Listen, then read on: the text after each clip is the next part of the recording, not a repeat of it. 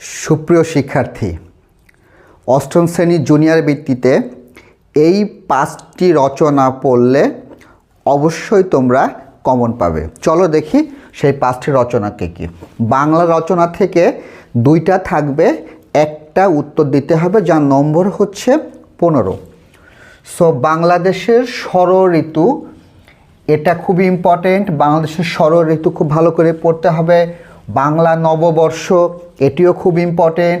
বিজয় দিবস মারাত্মক ইম্পর্টেন্ট, আমি বিজয় দিবসকে 2 স্টার দিলাম। দৈনন্দিন জীবনে বিজ্ঞান, এটা 3 স্টার। শ্রমের মর্যাদা 1 স্টার। ছাত্র জীবনের দায়িত্ব কর্তব্য 3 স্টার। অধ্যাবসায় 3 স্টার। আর স্বদেশ প্রেম 3 স্টার। অর্থাৎ অষ্টম শ্রেণীর বাংলা রচনাতে যদি আমরা এই 5টিকে খুব বেশি গুরুত্ব দিয়ে পড়ি, তাহলে আমরা অষ্টম শ্রেণীর রচনায় একটা কমন পাবো। ধন্যবাদ সবাইকে।